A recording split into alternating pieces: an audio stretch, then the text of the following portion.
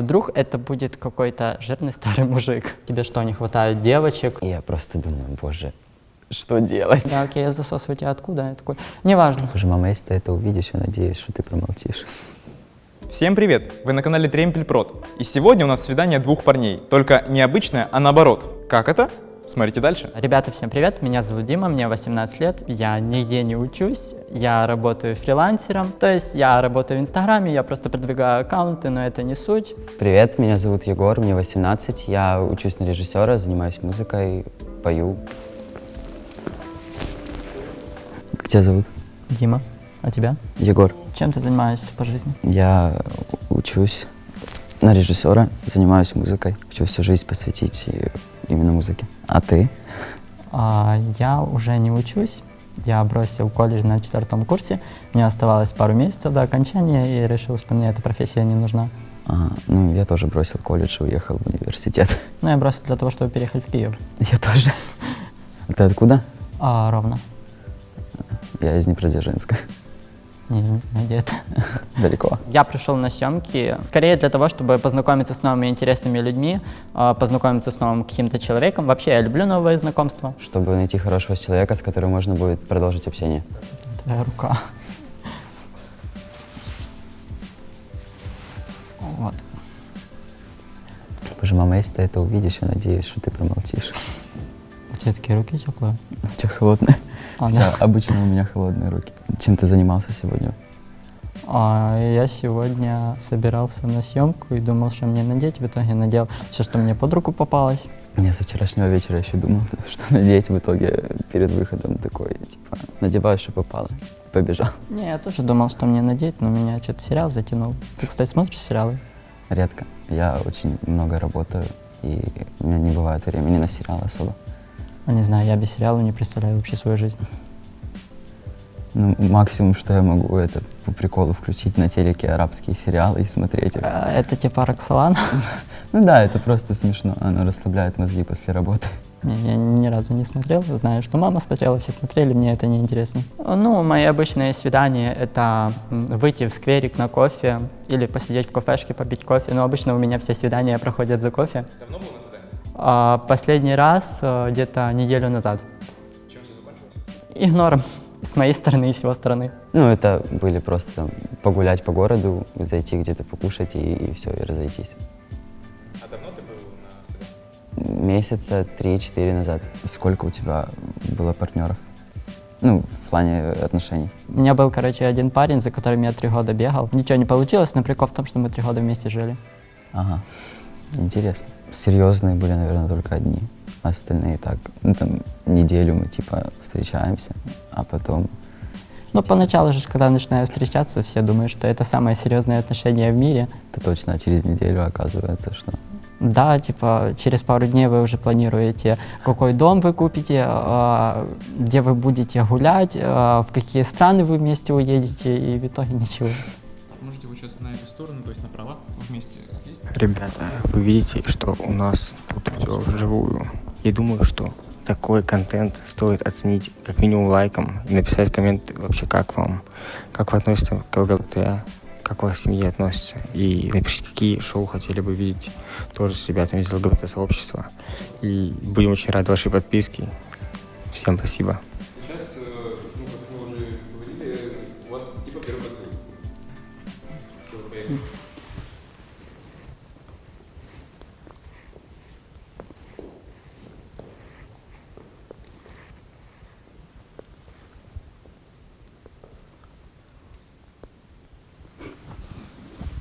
Достаточно?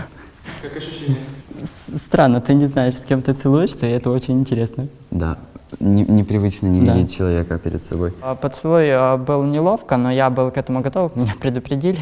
Да, я был готов к поцелую, я понимал, что придется. Мне даже понравилось. Привет. Привет. Чего ты хочешь от жизни?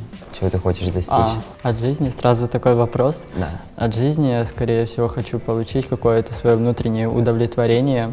То есть у меня есть определенные цели, до которых я хочу дойти. И если я дойду до этих целей, то это будет очень круто. А ты? Я хочу быть известным вокалистом, музыкантом. Это вот та моя мечта, которая должна исполниться в моей жизни. Ну, у меня, если про мечты, я хочу переехать с Украины куда-то подальше, куда-то в Америку, в Европу, скорее всего, лучше в Америку. Я просто снимал квартиру, я не жил с родителями. В один момент приходит хозяйка домой и говорит мне, я завтра уезжаю в Польшу, нужно, чтобы ты съехал. Я такой, ну, нормально так. Звоню своим друзьям с Киева, говорю, тут такая ситуация, я вечером буду.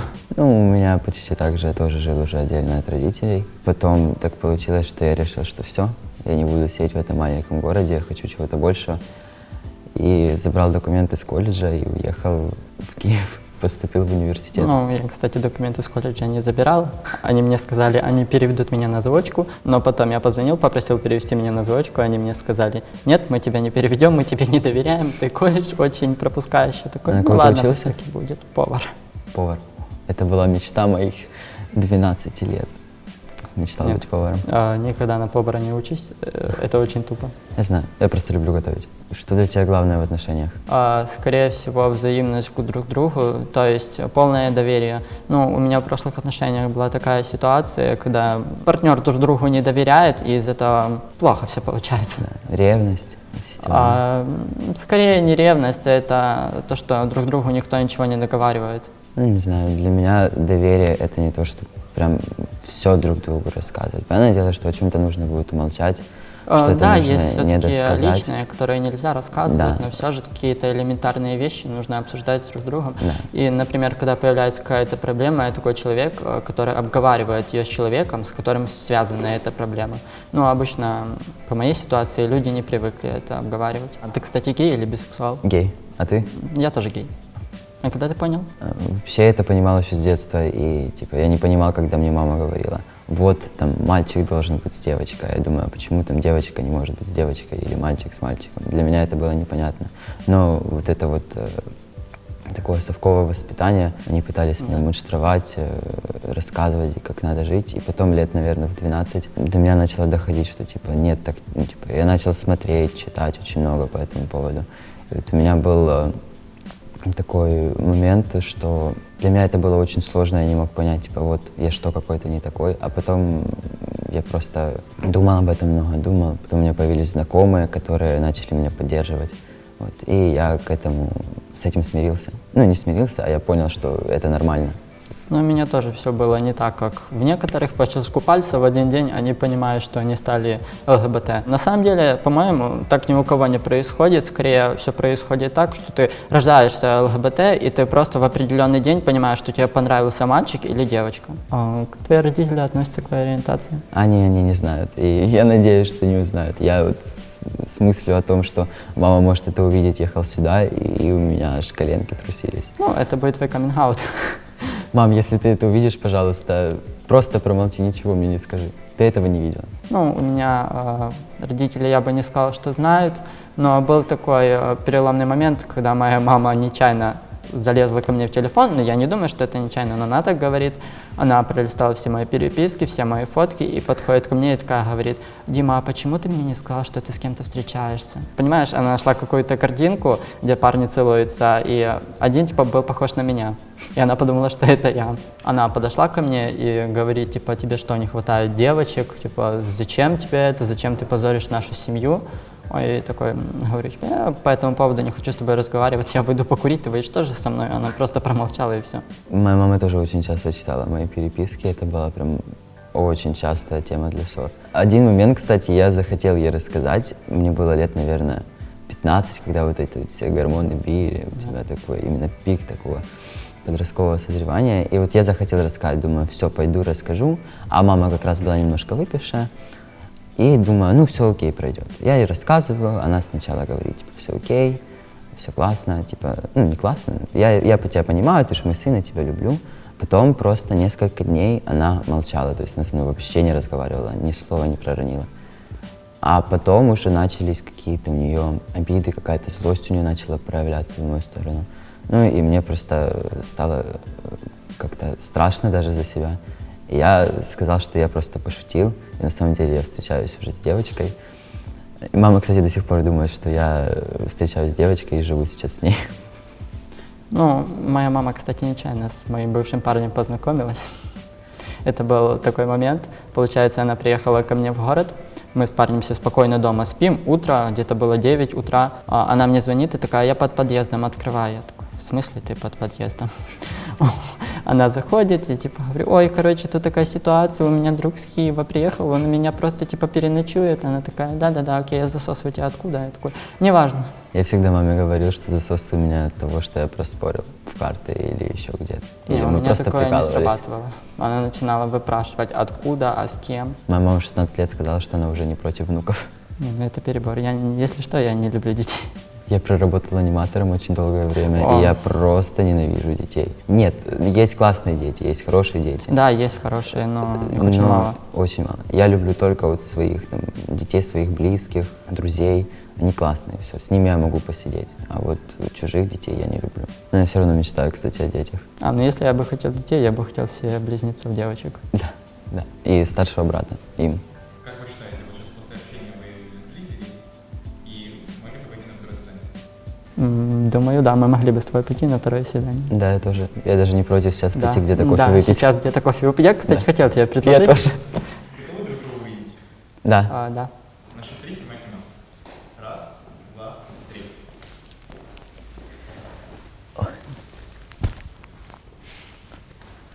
Привет. Привет. Ты милый. Ты тоже. Ой, боже, как светло. Ужас. Когда я его увидел, он мне понравился, у него очень хороший характер, внешность прикольная. Я тебя по-другому представляю. Серьезно? Не знаю, я думал, какой-то высокий, такой худой, с темными волосами. А тут я с белыми волосами, невысокий. А ты как меня представлял? Я почему-то думал, что у тебя рыжие волосы, не знаю почему. Вот это все, что я думал. Ну так что, пойдем на кофе? Пойдем на кофе. Если что, латте я люблю. Я капучино.